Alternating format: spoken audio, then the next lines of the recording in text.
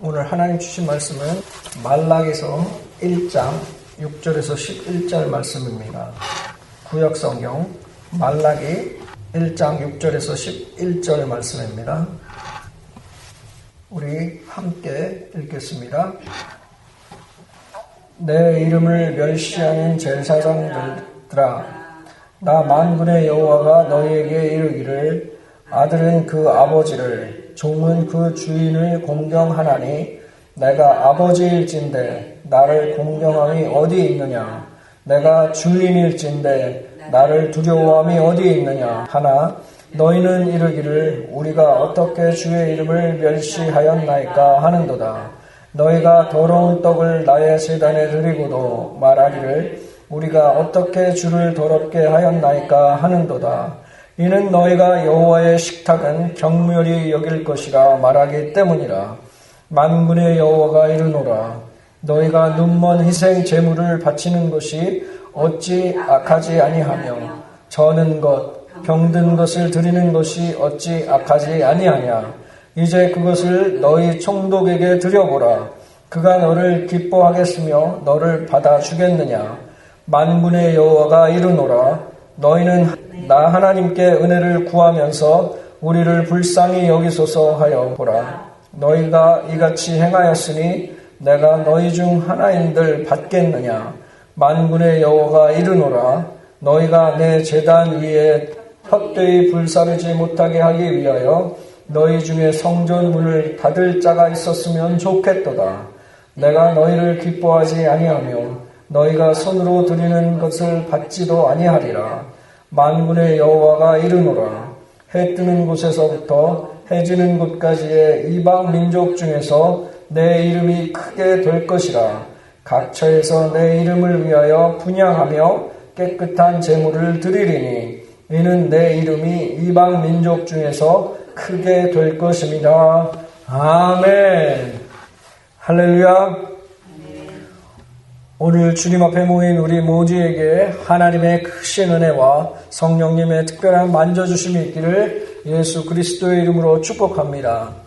이제 오늘부터 2월달 특별 저녁 기도 집회로 모였습니다. 이번 달은 기도하는 가운데 하나님께서 예배자의 마음을 주셨습니다. 그래서 이번 달은 다시 불타오르는 예배자의 마음이라는 그 큰 주제로 말씀을 전하려고 합니다. 그래서 우리가 이번 집회를 통해서 우리 각자의 그 하나님 앞에 드려지는 이 예배자의 마음이 회복되어지기를 간절히 바랍니다. 또한 예배를 그 드림에 있어서 내가 느슨해졌거나 아니면 다시 점검이 필요한 분들에게는 뜨거운 활력소와 도전이 되어지는 그런 시간 되기를 예수 그리스도의 이름으로 축복합니다. 오늘은 그 첫 번째 시간으로 말라기 1장 6절에서 11절의 말씀으로 내 삶의 예배가 식어지는 이유라는 제목으로 말씀을 듣겠습니다. 우리의 삶이 세상에 치이고 이리 치이고 저리 치이고 하다 보니까 전에보다 또 바쁘게 돌아가는 그 시간 속에서 참 이 예배자의 마음이 흔들릴 때가 많이 있습니다. 예배는 계속 드리고 있습니다. 찬양도 하고 있고 기도도 하고 있고 말씀도 듣고 있습니다. 그래서 겉으로 보면 예배는 멈추지 않았습니다. 그런데 우리가 마음을 깊이 들여다보면 어느 순간부터 예배가 좀 무거워지고 나의 기대, 내가 예배를 향했던 그 기대가 사라지고 예배에서 내가 경험했던 그 감격이 줄어들 때가 있습니다. 그래서 어느 날 문득 이런 생각이 들 때가 있죠. 또 예배 시간이네. 또 예배 드리는 날이네. 오늘 예배를 가야 하나? 오늘은 그냥 좀 쉬고 싶은데. 이런 마음이 들 때가 있습니다. 예전에는 예배가 예배 시간이 기다려지고 또 막 흥분이 되고 기대가 됐는데 요즘은 예배를 내가 마지못해 해야 하는 일, 그런 일처럼 느껴질 때가 있습니다. 그런 때가 많이 생기게 되죠. 기도 시간에도 마음이 자꾸 딴 데로 갑니다. 찬양을 부르는데도 입은 열려있지만 마음은 닫힌 것 같습니다. 말씀은 듣고 있는데 마음 깊이 들어오지를 않습니다. 예배를 드리고 마음에 불이 없습니다. 그렇다고 내가 하나님을 모른다는 것도 아닙니다. 여전히 교회도 잘 다니고 또 순종하려고도 노력을 합니다. 그런데 왜 이렇게 예배가 메마르고 식어질까요? 오늘 본문에서 하나님께서 예배가 그렇게 식은 이유를 아주 정확하게 지적을 하십니다. 오늘 우리가 함께 보는 이 말라기서는 이스라엘이 바벨론 포로에서 돌아온 그 이후의 시대입니다. 성전은 다시 재건되었고 예배는 다시 시작되었습니다. 그러나 시간이 지나면서 사람들의 마음이 점점점 식어갔습니다. 처음엔 감격이 있었지만 현실은 어렵고 기대했던 그런 변화도 일어나지 않았습니다. 그러다 보니까 사람들은 점점 하나님을 무시하기 시작했습니다. 예배는 여전히 드려지지만 가장 나쁜 재물, 병이 든 것, 흠이 있는 것들을 하나님께 드려지게 됩니다. 제사장들은 이런 성도들의 행동을 아무런 말을 하지 않고 그냥 묵인해 버립니다. 하나님은 오늘 본문에서 이러한 무성의한 그런 예배를 책망하시는 것입니다. 겉으로는 종교 생활을 하고 있지만 실제로는 하나님을 가볍게 여기는 태도가 그 태도가 예배를 무너뜨리고 있다는 것이죠. 하나님께서는 이렇게 말씀하십니다. 6절의 말씀이죠. 내 이름을 멸시하는 제사장들아. 또 8절에는 너희 총독들에게 드려보라. 그가 너를 기뻐하겠느냐. 10절엔 성전 문을 닫을 자가 있었으면 좋겠다. 그런 말씀을 하십니다. 이 본문은 지금 이 시대를 살아가는 저와 우리 모두에게도 동일하게 말씀하고 있는 것입니다. 예배당은 열려 있어도 우리의 마음이 닫혀 있다면 하나님은 그런 예배를 받지 않으십니다. 말라기 선지자는 예배의 그 본질을 회복하라는 그 외침을 하고 있는 것입니다. 하나님께서 누구이신지, 우리는 그 하나님을 어떻게 대하고 있는지 오늘 말씀을 통해서 깊이 우리가 돌아보게 되기를 간절히 바랍니다. 먼저 6절을 보면 하나님께서 가장 먼저 지적하신 것이 나옵니다. 무엇입니까? 내 이름을 멸시하는 제사장들아. 내 이름을 멸시했다라는 것입니다. 하나님은 예배의 순서부터 지적하지 않으셨습니다. 제사의 그 횟수도 먼저 묻지 않으셨습니다. 하나님은 태도를 보셨습니다. 내 이름을 멸시했다. 이 말은 무례한 말을 했다는 그런 뜻이 아닙니다. 하나님의 이름을 가볍게 취급했다는 그런 뜻입니다. 성경에서 이름은 그 사람의 존재와 가치를 의미합니다. 하나님의 이름을 멸시했다는 것은 하나님을 하나님답게 대하지 않았다는 그런 말입니다. 하나님은 이렇게 질문을 하십니다. 6절입니다. 나 만군의 여호와가 너희에게 이르기를 아들은 그 아버지를 종은 그 주인을 공경하나니 내가 아버지일진데 나를 공경함이 어디 있느냐. 내가 주인일진데 나를 두려워함이 어디 있느냐 말씀합니다. 이 말은 아들은 아버지를 공경한다. 종은 주인을 두려워한다. 그렇다면 너희는 나를 어떻게 대하고 있느냐라는 그런 뜻입니다. 이 질문은 예배의 그 핵심을 찌르는 것입니다. 하나님은 관계의 언어로 말씀을 하십니다. 아버지를 존중하지 않는 아들은 말로는 아버지라 부를 수 있습니다. 그러나 행동은 다르게 나옵니다. 마찬가지입니다. 입술로는 주님이라 부르지만 마음에서는 그 하나님의 무게가 사라질 수 있습니다. 멸시는 보통 이렇게 시작이 됩니다. 처음부터 무시하지 않습니다. 대개는 익숙함에서 시작이 됩니다. 익숙함. 이것이 무서운 것입니다. 처음 믿었을 때는 좀 조심스럽습니다. 말씀 앞에서 긴장을 합니다. 기도할 때도 마음이 막 떨립니다. 그런데 시간이 지나면 바뀝니다. 이 정도면 괜찮겠지.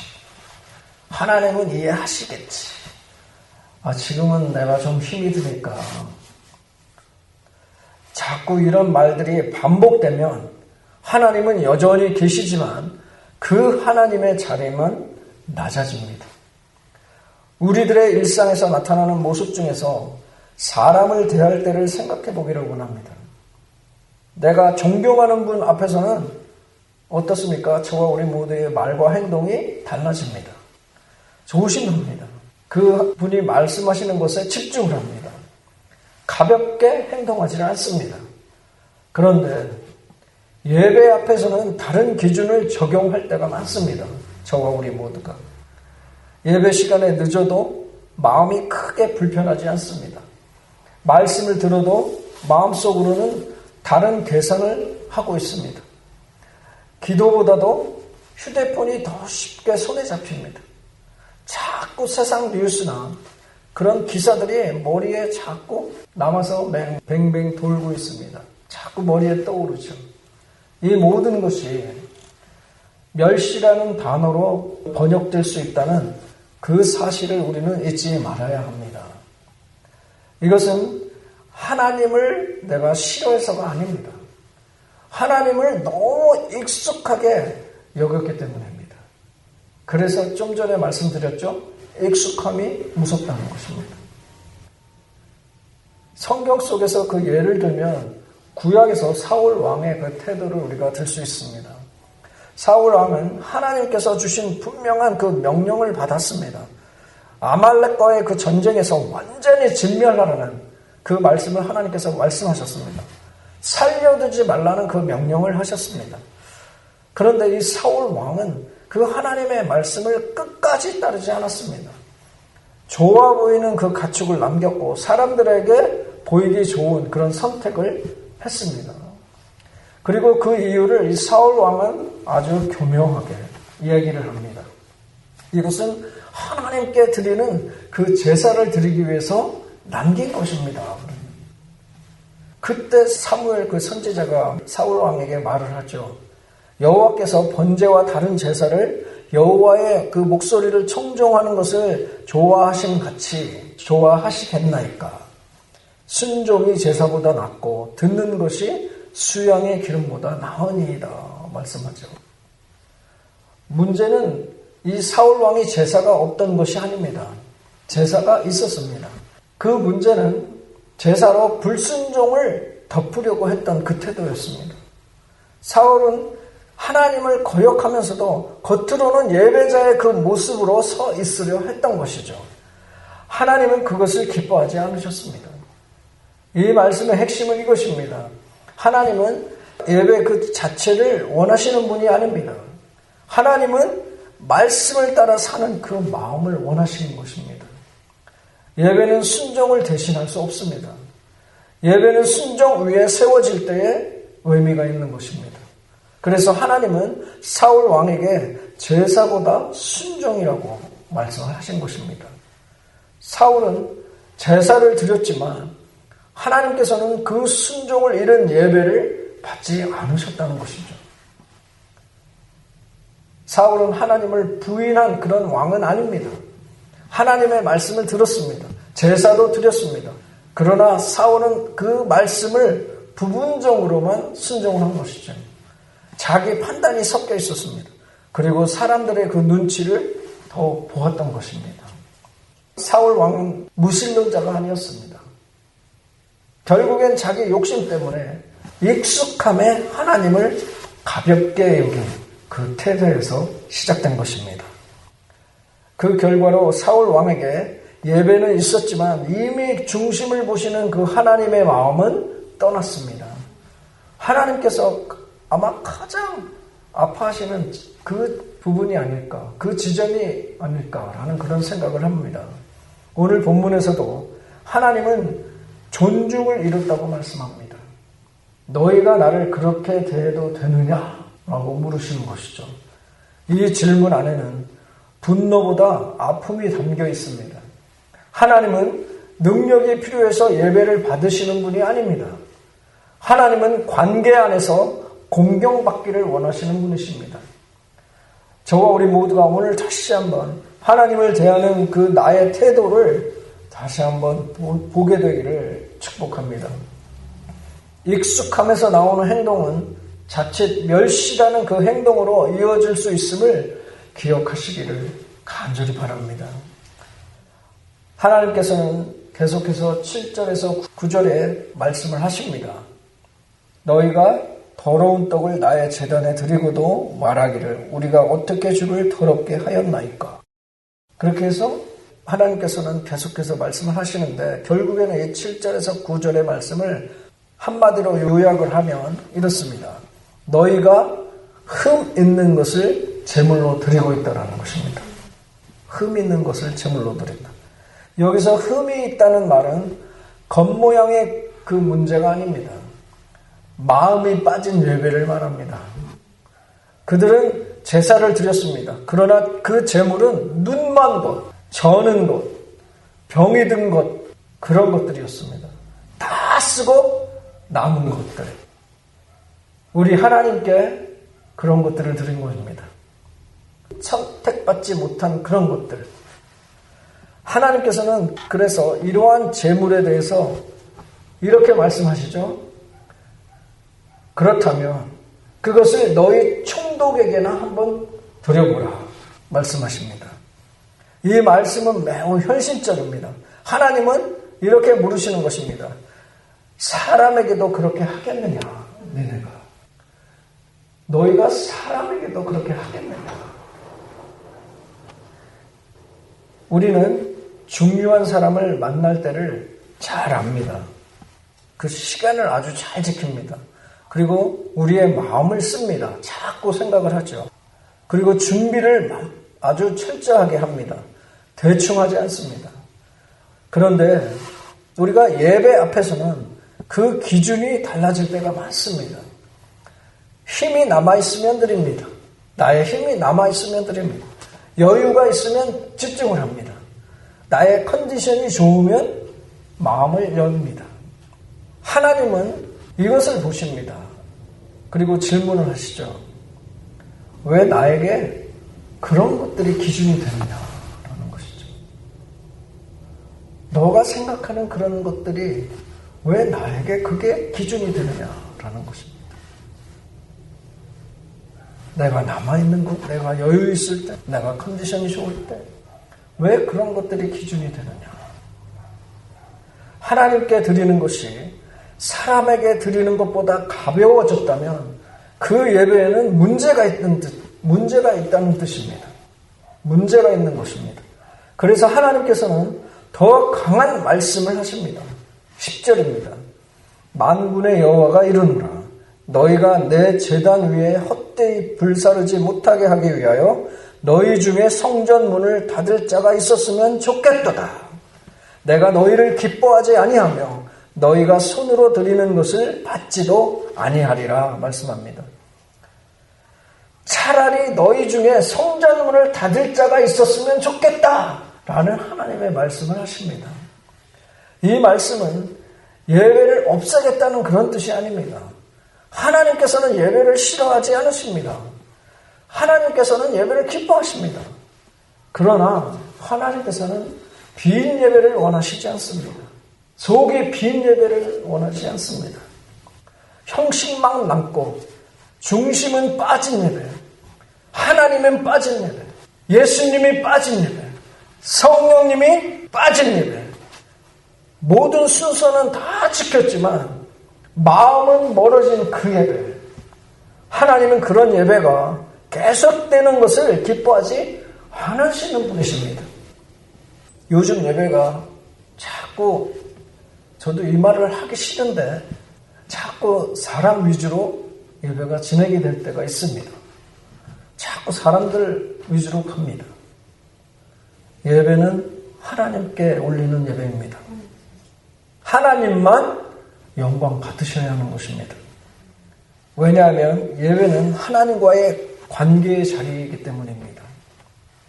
이 관계가 빠진 자리는 의식만 남게 됩니다. 하나님은 오늘 저와 우리 모두에게 묻고 계십니다. 지금 너의 예배는 내가 누구인지 드러내고 있느냐? 너의 예배 안에 나를 향한 그 존중이 살아있느냐? 지금 너는 나를 무엇으로 여기며 이 자리에 온 것이냐? 라는 것입니다. 이 질문 앞에서 우리는 멈추고 서야 합니다. 사랑하는 성도 여러분, 하나님께서는 예배자를 되찾고자 하시는 분이십니다. 다시 예배하는 자가 영과 진리로 진심으로 드려지는 그 자를 찾고 계십니다. 다시 불타오르는 그 예배자의 마음을 찾으십니다. 그래서 식지 않는 그 예배자를 찾고 계십니다. 저와 우리 모두가 그러한 하나님께서 찾으시는 그 예배자가 되기를 예수 그리스도의 이름으로 축복합니다. 하나님은 오늘도 형식이 아니라 마음을 찾으십니다. 그리고 그 마음이 돌아올 때에 예배는 다시 살아나는 것입니다. 오늘 말씀은 저와 우리 모두를 무너뜨리기 위해서 주신 말씀이 아닙니다. 하나님은 예배를 빼앗으려는 것으로 말씀하신 것이 아닙니다. 하나님께서는 예배자를 다시 일으켜 세우시려고 하신 말씀입니다. 저와 우리 모두를 이 예배 가운데서 진정한 예배자로 다시 세우시기를 원하시는 그 마음을 가지고 하나님께서는 오늘 말씀하시는 것입니다. 하나님은 그만하라, 그만해 라고 말씀하신 것이 아닙니다. 돌아와라 말씀하신 것이죠. 그 예배가 식은 이유를 하나님께서 드러나신 것은 정죄하기 위함이 아니라 다시 시작하기 위함입니다. 하나님은 지금도 예배를 원하십니다. 이 말라기서의 말씀은 끝이 아닙니다. 하나님께서는 예배를 포기하지 않으셨습니다. 사람들이 가볍게 대했을 뿐이지 하나님은 여전히 예배를 기다리십니다. 저와 우리 모두의 예배를. 우리가 드린 것이 부족했을지라도 하나님께서는 여전히 저와 우리 모두를 부르고 계십니다. 예배의 회복은 더 잘하려고 막 내가 결심을 해서 시작되는 것은 아닙니다. 다시 하나님을 바라보는 그 자리에서 시작되는 것입니다. 내가 어려워도 내가 할 수 없어도 다시 하나님을 바라보는 그 시작에서 예배가 시작되는 것입니다. 다시 일어선다는 것은 다시 하나님을 바라보는 것입니다. 그래서 다시 일어선다는 것은 완벽해지는 것이 아닙니다. 더 감동적인 그 사람이 되는 것도 아닙니다. 다시 일어선다는 것은 하나님을 하나님으로 대하기 시작하는 것입니다. 예배를 어떤 일정이 아니라 우선순위로 두는 것이죠.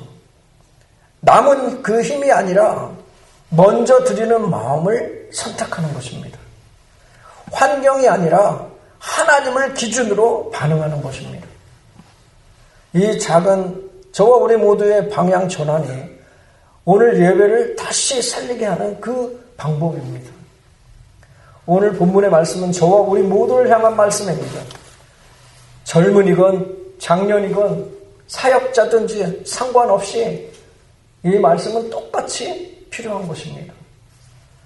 하나님께서는 너의 지금 형편은 내가 잘한다, 내가 아주 잘한다 라는 거기에서 멈추지 않으십니다. 하나님께서는 이렇게 말씀하십니다. 그래도 나를 먼저 보아라. 그래도 나를 크게 보아라 말씀하십니다. 하나님을 크게 볼 때 저와 우리 모두의 인생의 그 무게는 작아집니다. 하나님을 다시 나의 삶의 중심에 둘 때에 예배는 다시 숨을 쉬는 것입니다. 하나님은 여전히 아주 크신 분이십니다. 우리 본문 마지막 절에 나오죠. 만군의 여호와가 이르노라. 해 뜨는 곳에서부터 해 지는 곳까지의 이방 민족 중에서 내 이름이 크게 될 것이라. 각처에서 내 이름을 위하여 분향하며 깨끗한 제물을 드리리니 이는 내 이름이 이방 민족 중에서 크게 될 것임이라 말씀하죠. 우리 하나님은 크신 분이심은 변함이 없습니다. 그 여호와 하나님의 이름은 온 땅에서 존귀하신 분이십니다. 변해야 할 것은 누구입니까? 하나님이 아니라 저와 우리 모두의 마음과 태도와 시선입니다. 하나님을 향한 마음과 태도와 그 시선이 바뀌면 예배가 바뀝니다. 예배가 바뀌면 저와 우리 모두의 삶이 달라집니다. 믿으십니까? 오늘 이 시간 다시 한번 예배자로 서는 그 고백을 선포하기를 원합니다. 주님, 내가 예배를 가볍게 여겼음을 인정합니다. 그러나 오늘 이 자리에서 다시 시작하기를 원합니다. 남은 것으로 드리지 않겠습니다. 익숙함과 어떤 습관으로 서지 않겠습니다. 하나님을 다시 크게 보게 하여 주옵소서. 예배자로 다시 서게 하여 주옵소서. 오늘부터 내 삶의 중심에 하나님을 예배하는 자로서 다시 서게 하여 주옵소서 고백하는 것입니다. 사랑하는 성도 여러분, 예배는 다시 시작할 수 있습니다. 왜냐하면 하나님께서는 아직 저와 우리 모두를 포기하지 않으셨기 때문입니다. 믿으십니까? 오늘 다시 한번 진정한 예배자로 서기를 다짐하고 결단하는 저와 우리 모두가 되기를 예수 그리스도의 이름으로 축원합니다.